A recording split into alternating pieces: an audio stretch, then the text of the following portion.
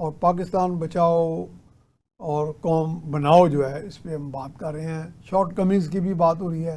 حکومت وقت کا کیا رول ہے, کیا ہونا چاہیے اور کیا کیا چیلنجز درپیش ہیں. جناب سر اجازت دیجیے ہاں میں جی ذرا ان کا دمساز اپنے سوا کون ہے. ماشاء اللہ. شہر جانہ میں اب باصفا کون ہے. شہر جانہ میں اب باصفا کون ہے. دست قاتل کے شایاں رہا کون ہے. دست قاتل کے شایاں رہا کون ہے.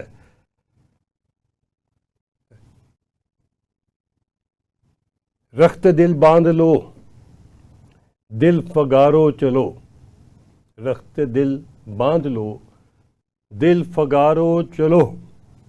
پھر ہم ہی قتل ہوا پھر ہم ہی قتل ہو آئیں اب یارو چلو.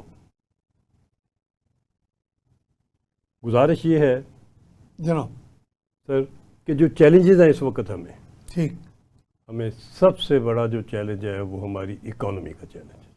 نمبر ون ٹھیک ہے. ہم ابھی تک 2 پوائنٹ کچھ پہ ہیں جبکہ 6 پوائنٹ پلس پہ جانا ہمارا حق بنتا ہے اور ہماری کمپیٹنس ہے اور ہمارے وسائل ہیں.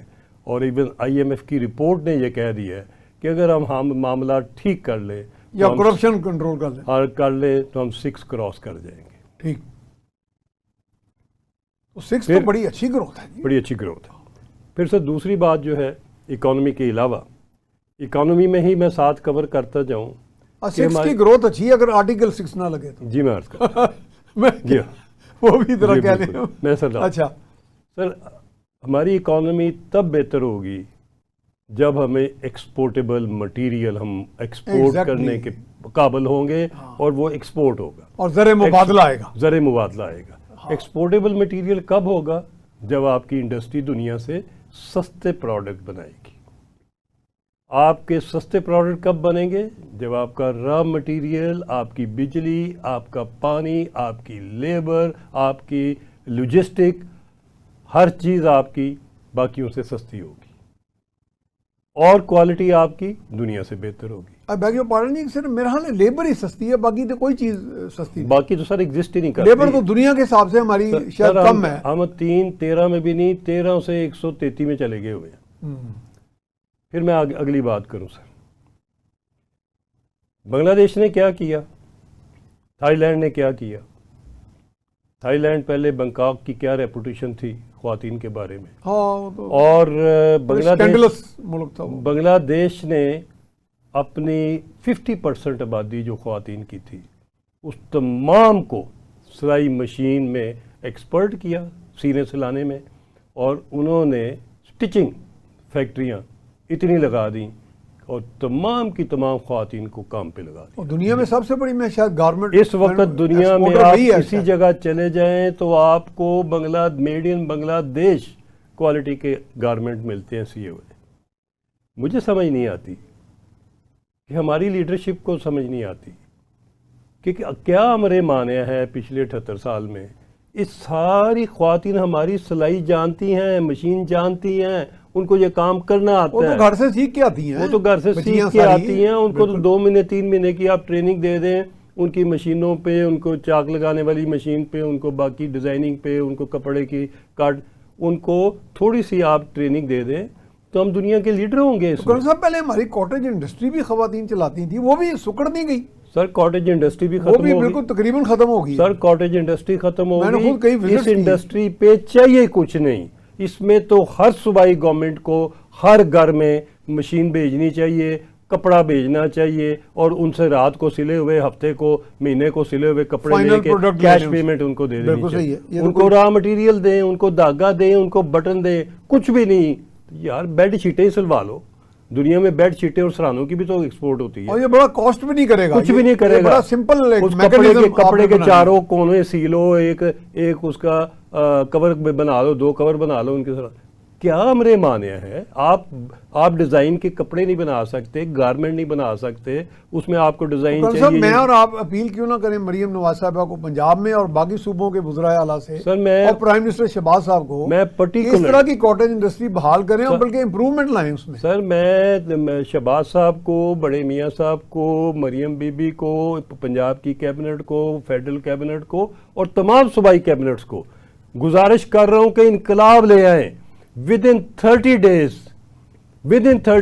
جتنی خالی جگہ پڑی ہوئی ہیں، آپ کے سارے سکول کالجز دوپہر کے بعد 1 بجے کے بعد خالی پڑے ہوتے ہیں، یا ادھر آپ کلاسیں کروائیں شام کو بچوں کے لیے، ان کو ٹیوشن جا کے اکیڈمیوں میں پڑھ کے لاکھ روپیہ دینا نہ پڑے ٹیوٹروں کو۔ اگر وہ نہیں کر سکتے تو آپ جگہ دیں، آپ جگہ نہیں دے سکتے آپ خیمے لگا دیں۔ میں آپ کو جگہ ساری آپ کی گورنمنٹ کی بلڈنگیں خالی پڑی ہوئی گن دیتا ہوں، میرے سے ساری تفصیل لے دیں۔ آپ ہر ڈسٹرکٹ میں، ہر تحصیل میں، ہر یونین کونسل میں، یہ بڑا ڈویبل کام۔ اور دوسرا کپڑا سرکار دے، ڈپٹی کمشنر جتنے ہیں جاگ جائیں، کمپٹیشن میں آ جائیں کہ ہم نے دوسری ڈسٹرکٹ سے بہتر کرنا ہے۔ کپڑا پرووائڈ کریں، دھاگا پرووائڈ کریں، ان کو بٹن پرووائڈ کریں، ان کو چیزیں پرووائڈ کریں، اور بالکل سمپل رکھیں۔ کوئی آپ فی الحال گارمنٹ نہ بنائیں، ان کو سمپل رکھیں۔ ان کو صرف آپ بیڈ شیٹیں اور اس کے کور، اور اگر ذرا تھوڑا بہتر کرنا ہے تو یہی آپ کی بیڈ شیٹیں کوالٹی کا کپڑا دیں گے تو ہاسپٹل کی ڈیمانڈ پوری ہو جائے گی دنیا کی۔ کوئی اگر اسپیشلائز لینا ہے، گاؤن بنانا ہے، بہرحال میں فی الحال کہوں گا کہ اتنا ہی کروائیں ان سے۔ جب آپ کو ایک دفعہ چسکا پڑ جائے گا نا 2-3 مہینے کے بعد کہ کتنے ڈالر باہر سے کمائے ہیں اور کتنی خواتین خوش ہو گئی ہیں اور کتنی نعرے مار رہی ہیں، پھر وہ نعرہ نکلے گا دل سے۔ وہ نعرہ صرف نوکری بنانے، خوشامد کرنے کے لیے آپ کے سامنے کھڑے ہو کے جلسے میں نہیں نعرہ نکلے گا، وہ گھر میں بیٹھے ہوئے بھی نعرے نکلیں گے۔ وہ اس ملک کے سسٹم کا ایک کانسٹیٹیوئنٹ بن جائیں گی وہ خواتین، سر سسٹم کا حصہ بن جائیں گی۔ خدارا ہم آپ کو آپ کی بہتری کے لیے ہر روز کوئی نہ کوئی رستہ بتائیں گے، آپ عمل کرنے والے بنیں۔